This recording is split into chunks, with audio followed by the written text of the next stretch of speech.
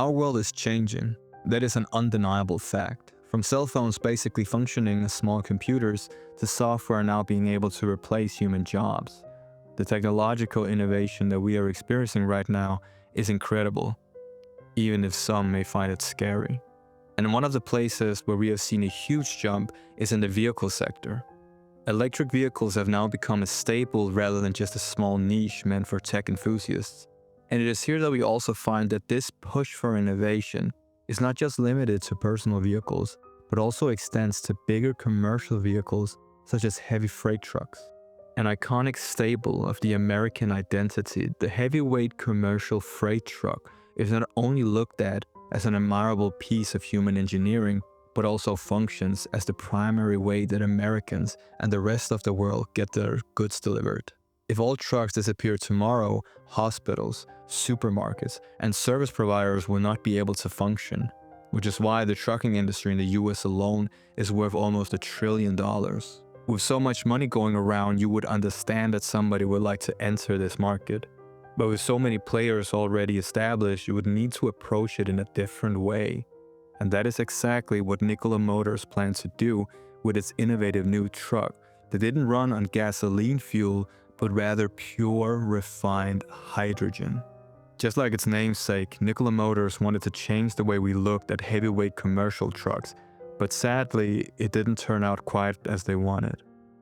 This is the story of Nikola Motors and the many lies they told about a truck that couldn't even drive.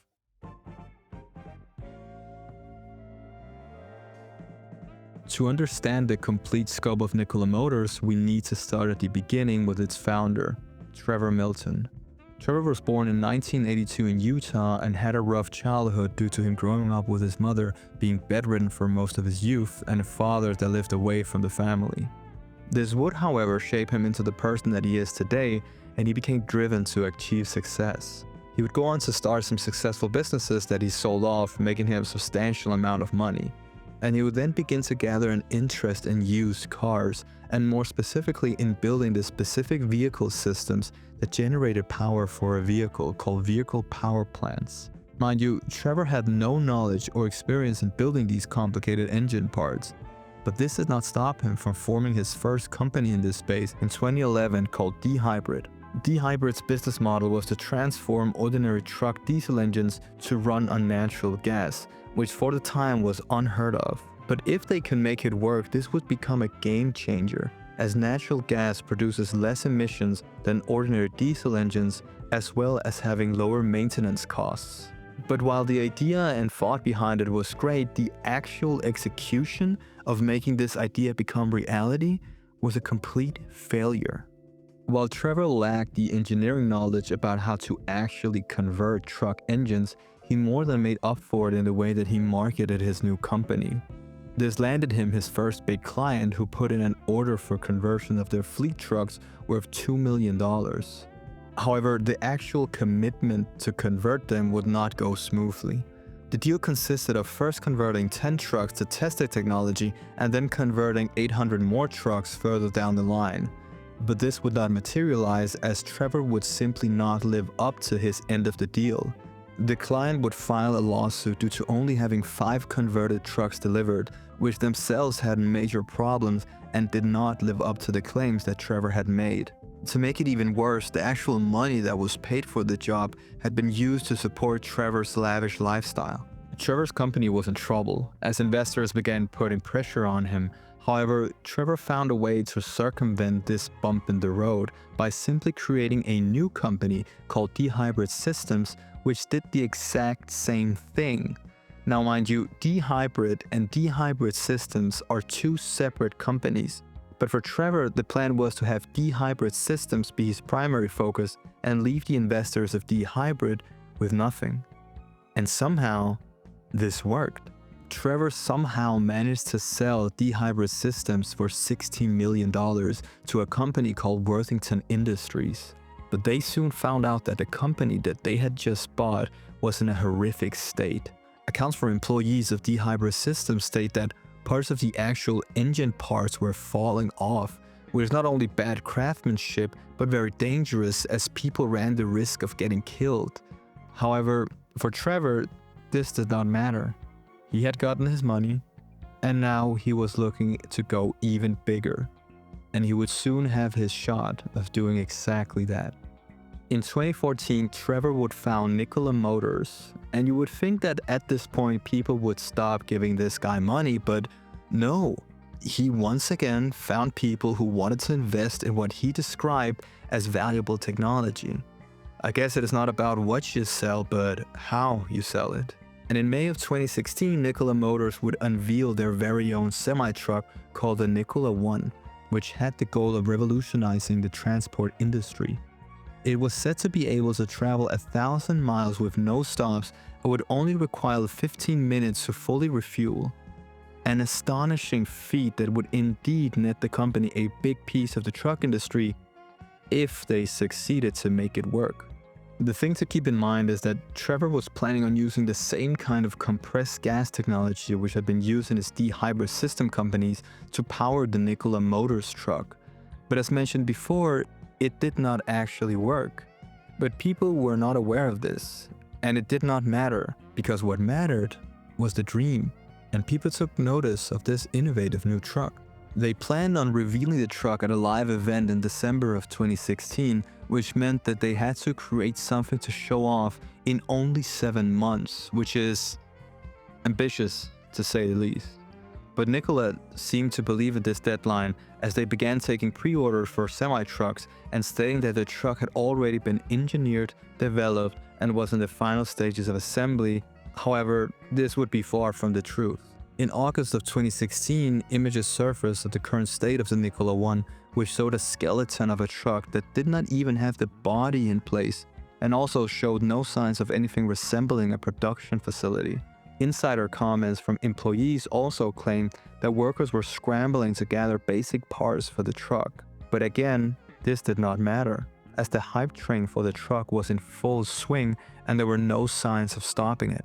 Another weird change that took place was the announcement from Nikola that the truck would no longer run on compressed natural gas technology, but had now switched to hydrogen fuel cell technology. It surprised everyone. And I mean everyone, because according to sources, even workers who were working on the truck were surprised by this announcement. By mid-November, workers at Nikola were scrambling to finish off the truck, which at this point in time had no insides, so it was basically just an empty shell. They did, however, get the body in place before the show, so that was pretty nice. And when looking at the visuals of the truck, I must admit that it looks very nice. However, remember, at this point in time, what you're looking at is basically it. There is no functioning truck, but this was of course not known to the public. For now, they could only see the truck that Nikola presented, and it is understandable why they liked what they saw. Not only did the truck look good, but on the day of the reveal, the presentation went well. However, it did not go without criticism. Bloomberg wrote a piece presenting statements from people familiar with the truck that it was missing key features and was not operable. They even reported that the electricity that powered the truck was done through a power cord below the stage. The only thing in the truck which seemed to function properly was the inside touchscreens, which Trevor heavily focused on during the presentation of the truck. But as mentioned before, what mattered was the dream, and it's safe to say that the reveal was a success. Nikola Motors quickly became the most talked about company in the financial world, and Trevor himself became famous for what he had achieved. And with this newfound fame came money. Lots and lots of money.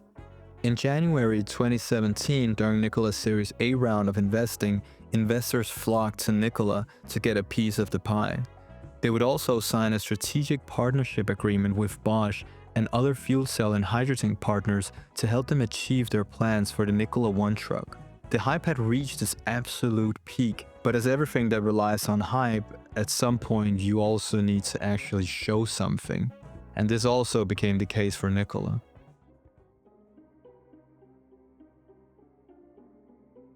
By January 2018, Nikola had heavy pressures from its business partners and investors to show some actual progress on the truck it had showcased a year ago.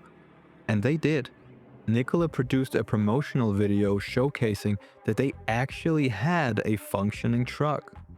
People were impressed, and when you look at the video, you can understand why. It even impressed the right people.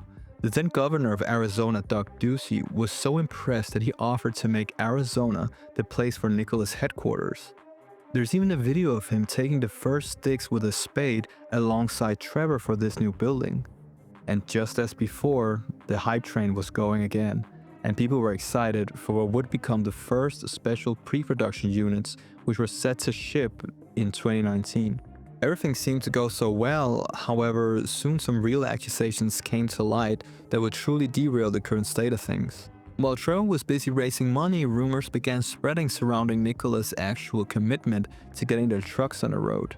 Screenshots became surfacing claiming that Nikola had actually abandoned finishing their truck after their 2016 showcase, which seemed odd to say the least because, we just saw a promotional video with a full functioning truck, right?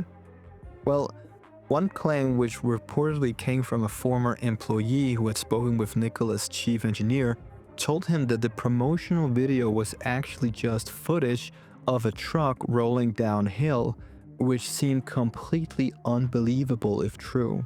Nevertheless, by 2019, due to newfound hype and money pouring in from investors, Trevor Milton could now, at the age of 37, call himself a billionaire without ever having to sell one single truck. Now, you may ask yourself, how can this be possible? How good was this guy at marketing his company? Well, one of the things that I mentioned before was that Nikola switched to having their trucks being fueled by hydrogen instead of natural gas. And that was deliberate, as the technology just came off as more impressive with the potential that it had. And I would like to emphasize potential, because you also need this thing to actually work, but I can let Trevor himself talk more about this. Hydrogen goes further than a battery electric truck does, and it's a lot lighter to operate. So ultimately, it's just a lot of juggling these different things, but we're pretty close. We just ordered the largest order ever of electrolyzers that I know of. It was an order yesterday. It was over $30 million to produce over 40,000 kilograms of hydrogen. We just made that order yesterday from Nel out of Norway. So we're already prepping our first 5 stations to be up and running. We're breaking ground. We should be breaking ground this year on these stations. While this may sound like they have the hang of things, it's important to note that storing, transporting, and creating hydrogen is difficult and dangerous, which means that it is very expensive. And that is something you need to factor in when you want to provide fuel for a hydrogen truck, which needs specific hydrogen fuel stations placed strategically around North America to make your truck viable for use. Nikola plans to have at least 360 stations built, open, and operational by 2019, and another 350 by the next decade, as well as 70 in Europe. One of the ways that it would make these stations viable was by creating their own hydrogen at the stations using renewable energy, which sounds amazing on paper, but actually making this a reality seems insane.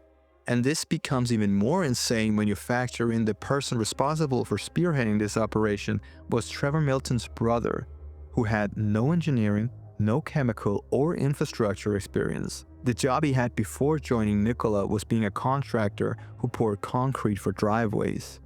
And this theme of oddly inexperienced people being heads of these critical parts of the company continued with the person responsible for planning infrastructure of the fuel stations, who before joining Nikola was a general manager of a golf club. Another important thing to note is that producing hydrogen is 3 times more expensive as producing electricity. And you also need to remember that a truck requires a lot more energy than a single car. But people were not to worry because, as mentioned before, Nikola produces their own hydrogen, and Trevor claimed that this was done at the price of $3 a kilogram. This meant that their hydrogen was 91% cheaper than the rest of the world's. An incredible feat, to say the least. It's almost too good to be true. But I'll let Trevor talk more about it in detail on how they do this. Really an energy technology company. We sell the energy to consumers, not consumers, but businesses that are buying the trucks. That's where the money is. Obviously, we want to reduce the cost of our truck, but we're now cheaper to drive than a diesel is per mile, and we make 5 times the revenue of our competitors. So it's awesome. That's why Nikola's really cracked the chicken and the egg. What became more weird was that when later pressed on the issue, Trevor would admit that Nikola didn't produce hydrogen at all, which meant that he had just been caught in a lie. But despite this, for some reason, BP, the global fuel company, would go on to contract Nikola to create their hydrogen infrastructure network. I mean, at this point, I can't even be mad at Trevor. I mean, it's just incredible that he managed to do this. I mean, I'm just amazed at how little due diligence actually goes into these companies. It's just baffling. However, despite skepticism floating around, new contracts would get signed all the time, and Trevor would also go on to tease something new, something exciting, something that according to him was going to change the world. And that announcement came in the form of a high-density battery. According to Trevor, this battery was to become 4 times as powerful as any current personal vehicle battery on the market right now and give any EV car a vehicle range of 600 miles. And just like with all other announcements, this just created more hype and more orders for Nikola. However, the thing was that this type of technology was weird to claim, as Nikola did not have any papers published or engineers hired to create this type of battery.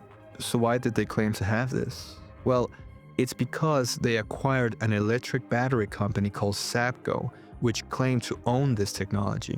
However, it turned out that Sapco themselves also had a tendency to not only exaggerate, but outright lie about having this technology, as no such kind of battery had been created by them and it just simply did not exist. This resulted in a lawsuit between Nikola and Sapco. It seemed as the company who had a tendency to mislead people had now been misled themselves. Truly an ironic situation, to say the least. But in the end, this did not matter, because Nikola was about to take their company to the next level. In the summer of 2020, Nikola would hit a new milestone. With a bunch of huge promises, no trucks on the road, and a revolutionary battery that was a scam, they managed to go public through a SPAC. And while this should have raised some red flags, it did not matter, because just a week after it went public, the company now had a valuation of $30 billion, surpassing companies such as Ford. I mean, just imagine being Ford, being one of the biggest vehicle manufacturers in the world, selling millions and millions of vehicles each year. And here you have a company not only worth more than you, but they haven't even sold a single truck. I mean, I would be a little pissed if it was me. And then, Nikola would in September of 2020 announce a $2 billion partnership with vehicle manufacturer GM, who were going to take an 11% stake in the company and help Nikola manufacture its own electric pickup truck, which had only been seen in pictures and had never actually been seen in person by anyone. At this point, Trevor had done it. He had managed to pump the valuation of his company to unimaginable heights, making himself a multi-billionaire, as well as partnering up with some of the world's biggest names in the transportation and energy industry. However, when it comes to the stock market, you can make money by betting on companies performing well, but there's also a lot of money in betting on overall bad companies. And in Nikola's case, they were about to be targeted by one of the biggest organizations specializing in these kinds of stocks.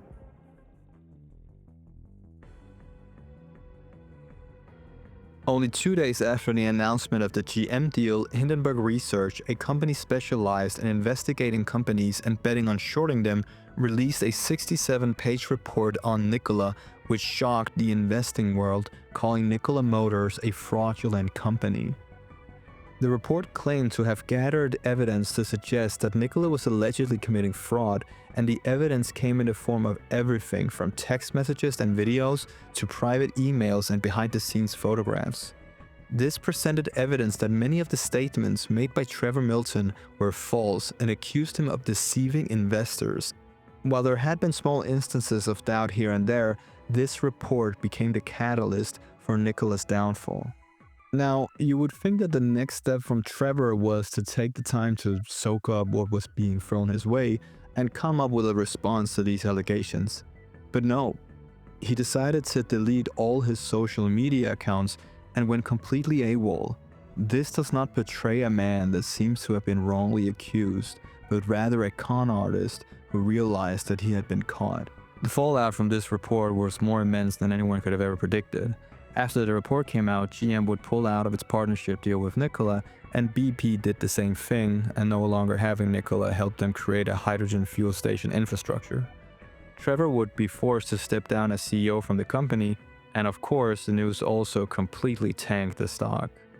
The SEC and the Department of Justice would also charge Milton with fraud. And funnily enough, during the trial, it included a segment which confirmed the rumors about Nikola's quote-unquote functioning truck. Milton claimed that the Nikola One could be driven, when in fact, the closest it ever came to driving was when a group of Nikola engineers took it to the top of a hill and rolled it down so it could be filmed for a commercial. I mean, what was even more bizarre was that adding to all this chaos, a sexual harassment accusation against Trevor from his own cousin was filed as well. I mean, this was truly the definition of a shit show, and the house of cards finally came down. Trevor was sentenced to 4 years in jail as well as a fine of $1 million on October 2022, but would only serve a couple of years as he would later be pardoned by current President Donald Trump in March of this year. It is worth noting that Trevor had donated almost $2 million to the Trump campaign, so I guess it is nice to have friends in high places when you have devised and committed fraud towards the investors of your company. As for Nikola Motors themselves, they did not have a good time either. After Trevor left, the company struggled to find adequate leadership that could help them get out of the mess that they were in, which is understandable when your whole company was founded on lies. However, they tried to make the company a legitimate business and entered into partnerships with manufacturers and suppliers to deliver the trucks that they had promised so long ago. And while they actually did manage to sell trucks, this was not enough to save the company, and they filed for bankruptcy in February of this year. By then, shares for the company were valued at only 44 cents a share, and the company had somewhere between $1 billion to $10 billion in debt, as opposed to only $500 million to $1 billion in assets. Different pieces of Nikola would be sold off to buyers for pennies on the dollar, most notably to Lucid Motors and High Road Energy. But this did little to make a dent in Nikola's debt, and thus, the name of Nikola Motors remains a name that lives in infamy around the corners of the financial world.